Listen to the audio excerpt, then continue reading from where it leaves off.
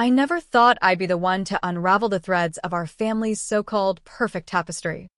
But here I am, staring at the frayed edges in my mind's eye. Growing up on our sprawling ranch in rural Arizona, under the relentless sun that baked the red earth and turned everything golden at dusk, I was always the odd one out, the dreamer, the artist who sketched wild Mustangs instead of helping with the cattle drives. My name's Emily Hayes, and for years, I convinced myself that my family's dismissals were just tough love, the kind that toughens you up in the Wild West. But deep down, in those quiet moments when the coyotes howled and the stars pierced the night sky like accusations, I wondered if I was ever truly part of the picture. It started small, those slights that piled up like dust storms. My sister Sarah, older by 4 years, was the golden child, the one who took over Dad's real estate deals in Phoenix, turning dusty lots into suburban dreams. She had that sharp, no-nonsense edge, always closing deals with a handshake that felt like a vice grip. Her husband Jack, a slick accountant from Tucson, fit right in, with his pressed shirts and jokes that cut like barbed wire. Me? I was the artsy one, the one who sent home checks from my freelance illustrations to help with the ranch's lean years, only to have them brushed off as pocket change. I remember one family barbecue, the smoke from the grill curling up into the dry air, when Jack leaned back in his lawn chair and said, loud enough for the neighbors to hear, "Emily's got that bohemian vibe, great for postcards, not so much for paying bills." Everyone chuckled, including Mom and Dad. I forced a smile, but inside, it burned. Why did my contributions always feel like footnotes in their story? That invitation to Mom and Dad's 40th anniversary bash felt like an afterthought. Texted by Sarah with a casual, "hope you can swing by," and a thumbs-up emoji that stung like a scorpion. I hadn't been back to the ranch in over a year, chasing gigs in Sedona, where the red rocks inspired my watercolors. But something pulled me home, maybe nostalgia, or maybe that nagging voice asking if things could change. Sarah picked me up from the bus station in Flagstaff, her SUV gleaming under the high desert sun, chatting nonstop about her latest property flip and how the kids were acing school. Not a word about my recent gallery show. "You've got that desert wanderer look going strong," she said, eyeing my faded jeans and turquoise necklace. I bit back the retort. At least it's authentic.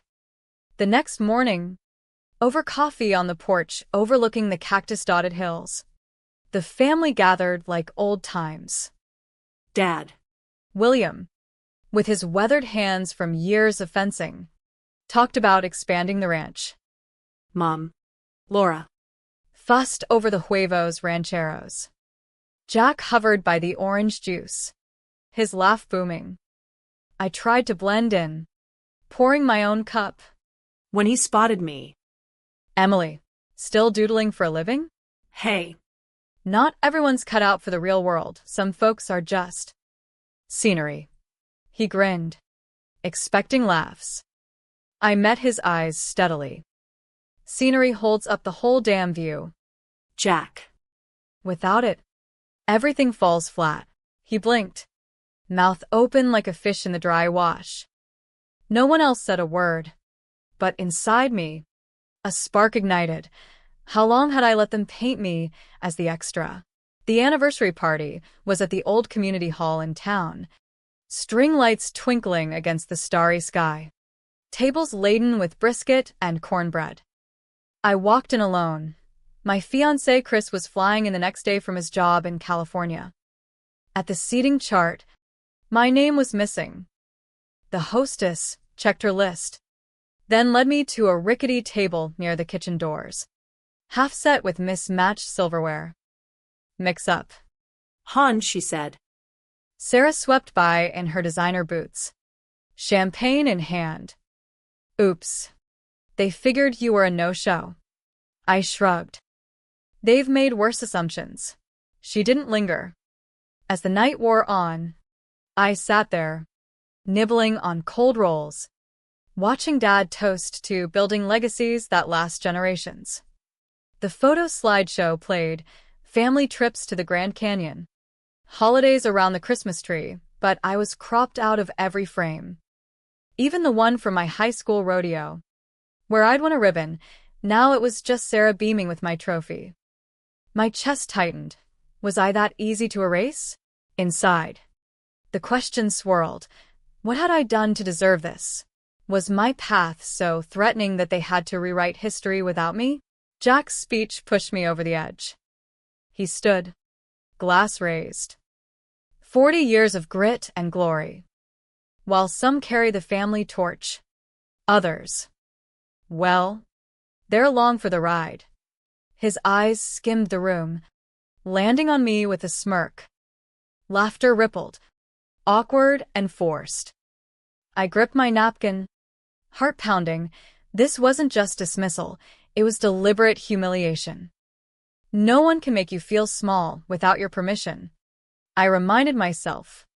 But tonight. It felt like a lie. I slipped out to the parking lot, the desert air cool on my flushed skin.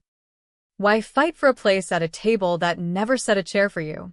Back at the ranch that night, in the guest room with its creaky bed and faded quilts, sleep evaded me. The wind rattled the windows, carrying whispers of doubt.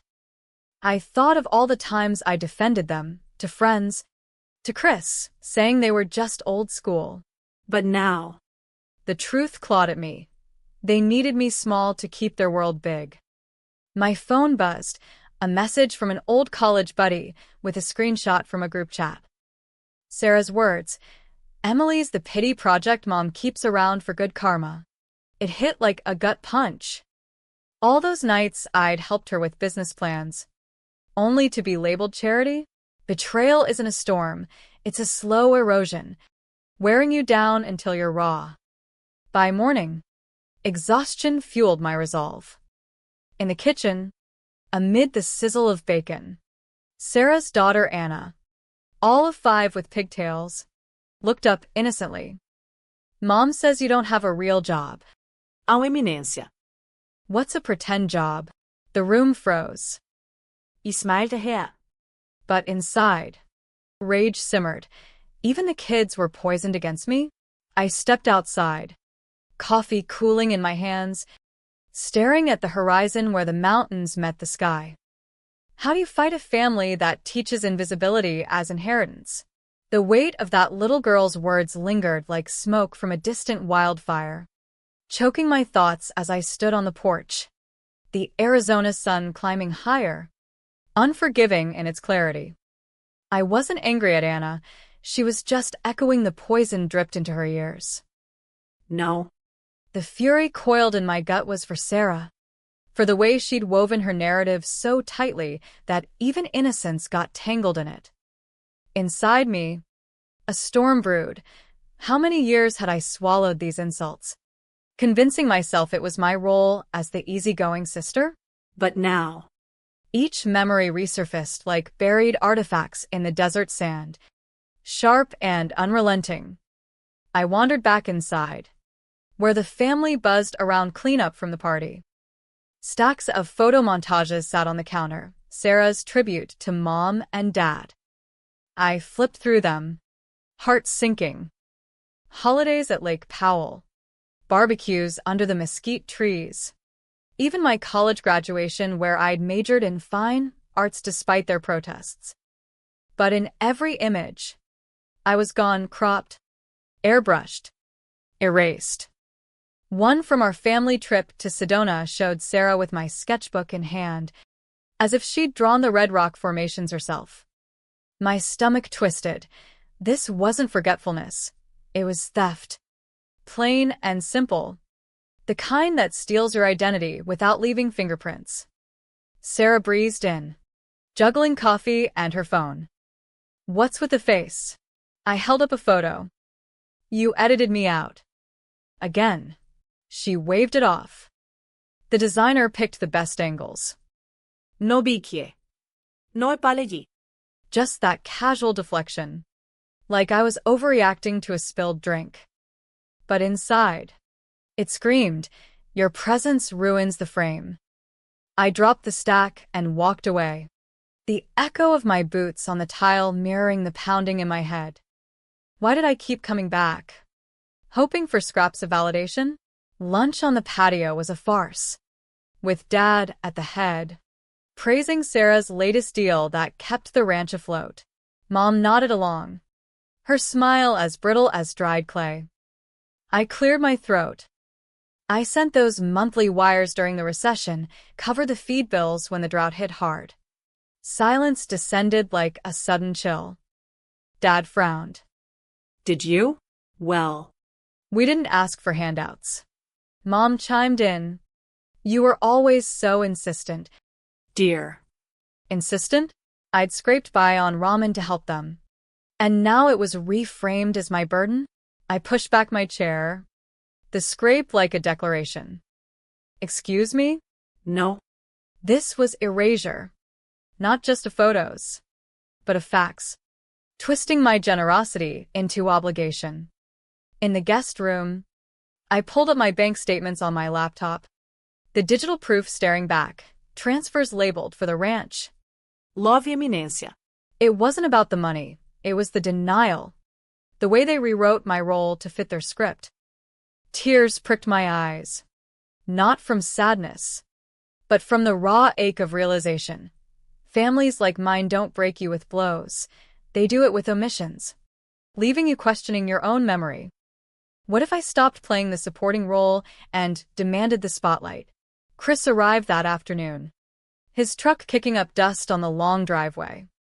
Tall, steady, with that California surfer ease masking a sharp mind, he'd left his corporate job after a bad divorce, starting fresh as a consultant.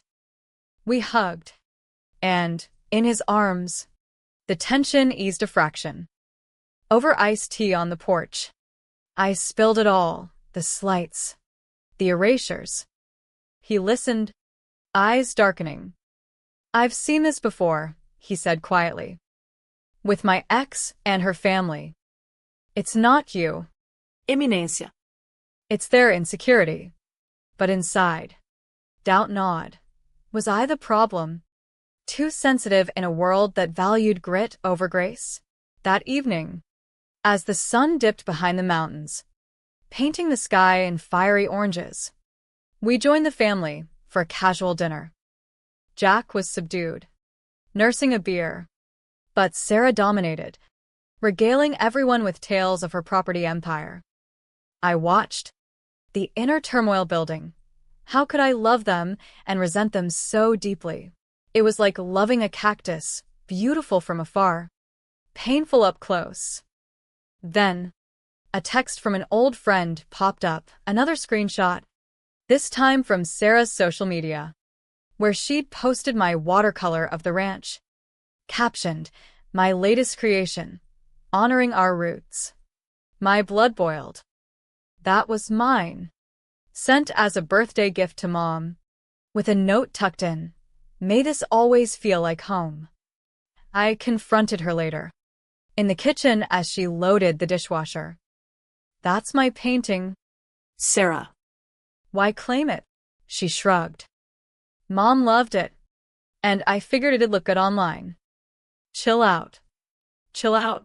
It was plagiarism, a violation that in Arizona's art circles could lead to legal headaches. But more than that, it was a betrayal of trust. Inside, the conflict raged. Part of me wanted to scream, to shatter the illusion. Another whispered to let it go. Preserve the fragile peace. But peace built on lies is just a mirage. Sleep was fitful, haunted by dreams of faded photos where my face dissolved like sand in the wind. By dawn, resolve hardened. I couldn't change them, but I could stop enabling the charade. Chris found me sketching on the porch, capturing the jagged peaks. You deserve better, he said. I nodded, but inwardly, the question loomed, what if exposing the truth destroyed us all? The drama wasn't just external, it was the war within. between loyalty and self-respect, and I was losing ground.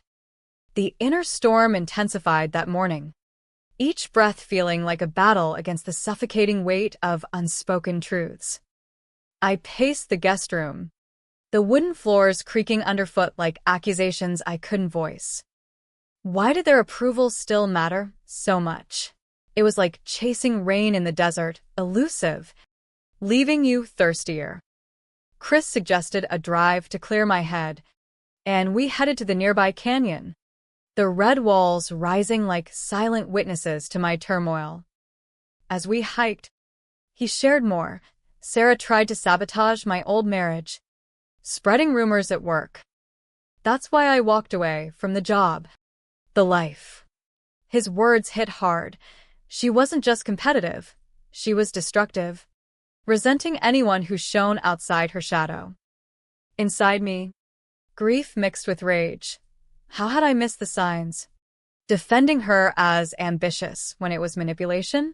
Back at the ranch, the family gathered for an afternoon barbecue. The grill's smoke a hazy veil over the tension. Dad praised Jack's sharp accounting that saved taxes on the land. I bit my tongue, but the inner voice screamed, what about the fudged numbers I'd overheard him boast about last year? It was illegal, risky in a state where IRS audits hit hard on ranches. But calling it out felt like betrayal, until Jack smirked at me over his burger. Emily's quiet today. Artist's block. The dig ignited something feral. No. Just wondering how creative your books get. Jack. He paled. But Sarah jumped in. Don't start drama. Drama? This was their creation. That night, alone in bed, memories flooded. Childhood Christmases where my gifts, handmade cards, were overlooked for Sarah's store-bought ones. The college fund they forgot to contribute to because art isn't practical. Each slight layered like sediment, hardening my resolve.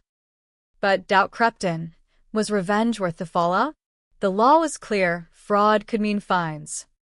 Even jail, but exposing it meant tearing the family apart. My heart ached. I loved them, flaws and all. Yet the pain of being diminished was unbearable. Chris and I plotted quietly the next day. He had proof, emails tracing a false complaint against him to Jack's IP, verified by his firm's IT. We do this clean. No vengeance, just truth. But inside, vengeance whispered seductively, make them see you. At dinner in the old barn converted to a hall, candlelight flickering like uneasy consciences, Chris laid out the folder. This complaint accusing me of fraud? Traced to you, Jack. The room iced over. Jack stammered. Spoofed. But Chris was calm, verified. We could press charges, but we're not. Sarah's face crumpled. Mom gasped. I added my piece. A USB with audio of Jack admitting to cooking books. As it played, buried the numbers deep. No one's checking. Silence descended, heavy with shame. Dad stood, voice trembling. Enough. No defenses rose. Their eyes dropped like guilty verdicts. Inside me, triumph warred with sorrow. This wasn't joy. It was the hollow ache of necessary rupture. Had I gone too far? The drama peaked, my heart pounding with the cost of visibility. The following morning, the silence accused louder than words. Coffee brewed, but conversations halted like stalled engines. I found a family photo on the mantel, labeled Family Friend, Emily. It shattered something deep, not just forgotten, but redefined. Confronting Mom in the kitchen, I held it up. This is who I am to you, she faltered. A mix-up. You're so independent. Independent? Or inconvenient? Tears welled. But I held them. Crying would give them power. Brunch replayed the slideshow. My presence minimized further. I watched from the edge, the inner conflict raging. Part of me yearned for reconciliation. another for escape. As applause echoed, I walked out into the sun, breathing deep. Erasure hurts, but self-erasure hurts more, staying silent when your soul screams. Chris joined me. You okay? I wasn't. But the truth had freed something. The emotional weight pressed heavier. Love shouldn't require diminishment. What now? The emotional torrent surged that afternoon, each revelation peeling back layers of illusion until I felt exposed, raw under the relentless Arizona sky. Doubt plagued me. Had exposing them healed or harmed? The family's fractured glances at lunch spoke volumes. Sarah avoided my eyes. Jack fidgeted. Mom's hands trembled on her glass. Inside, guilt clawed. They were flawed. But human. Was my truth just veiled vengeance? Yet the pain of years suppressed bubbled up, demanding reckoning. Chris's ring, a vintage sapphire from his grandmother, nearly pawned by Sarah in her scheming, slipped onto my finger like a promise. You're building your legacy, he said. It fit perfectly. But inwardly, I wrestled. Could I forge ahead without looking back? Evening brought uneasy quiet. We sat on the porch, stars emerging like forgotten truths. Chris confessed, I knew they'd never fully accept you, but you had to see it. His words stung. I'd been blind, clinging to hope like a mirage. The inner drama intensified, loyalty versus liberation, the ache of what could have been. Sleep evaded, haunted by visions of alternate lives. One where I stayed small, another where I burned it all. By dawn, clarity dawned. Healing wasn't in destruction, but in boundaries. Packing felt final, each fold a farewell to illusions. Mom hovered in the doorway. Leaving early? I nodded. She hesitated. We appreciate you. Too late. Too vague. Next time, notice the empty chair sooner, I said softly. She walked away, unspoken regrets hanging like dust. Dad in the garden avoided my gaze. Sarah on the porch muttered safe travels without warmth. As Chris drove off, the ranch shrinking in the mirror, release washed over me. Not triumph, But peace. the emotional depth hit harder. Leaving wasn't loss, it was reclaiming. Months later, in my Sedona studio, the gallery show loomed. My pieces, watercolors of desert storms, Simboling inner tumay, hungbonli. The centerpiece, a film of edited family photos. My voiceover, they made me invisible. I chose to be seen. Not for revenge, but catharsis. Opening night. Guests murmured. Eyes misty. A reporter asked, why share this? Because silence erases more than photos, I replied. We heal by owning our stories. Inside. Vulnerability terrified, but empowered.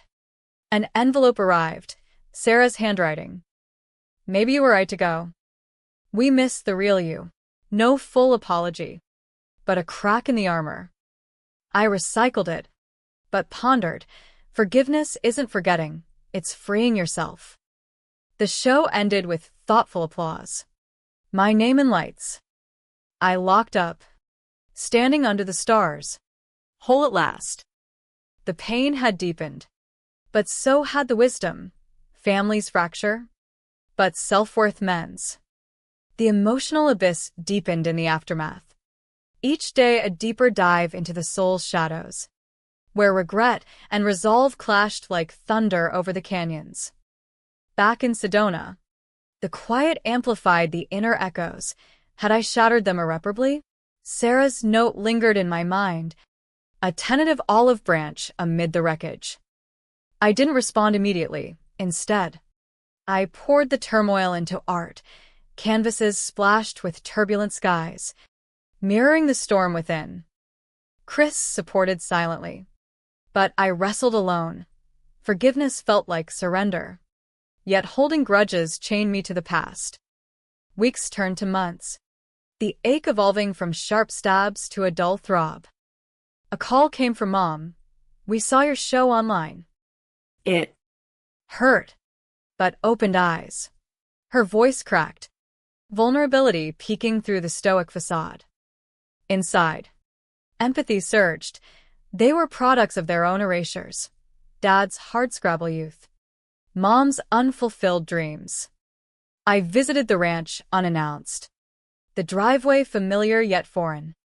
Sarah met me at the door, eyes red-rimmed. "I claimed your work because I envied your freedom," she admitted.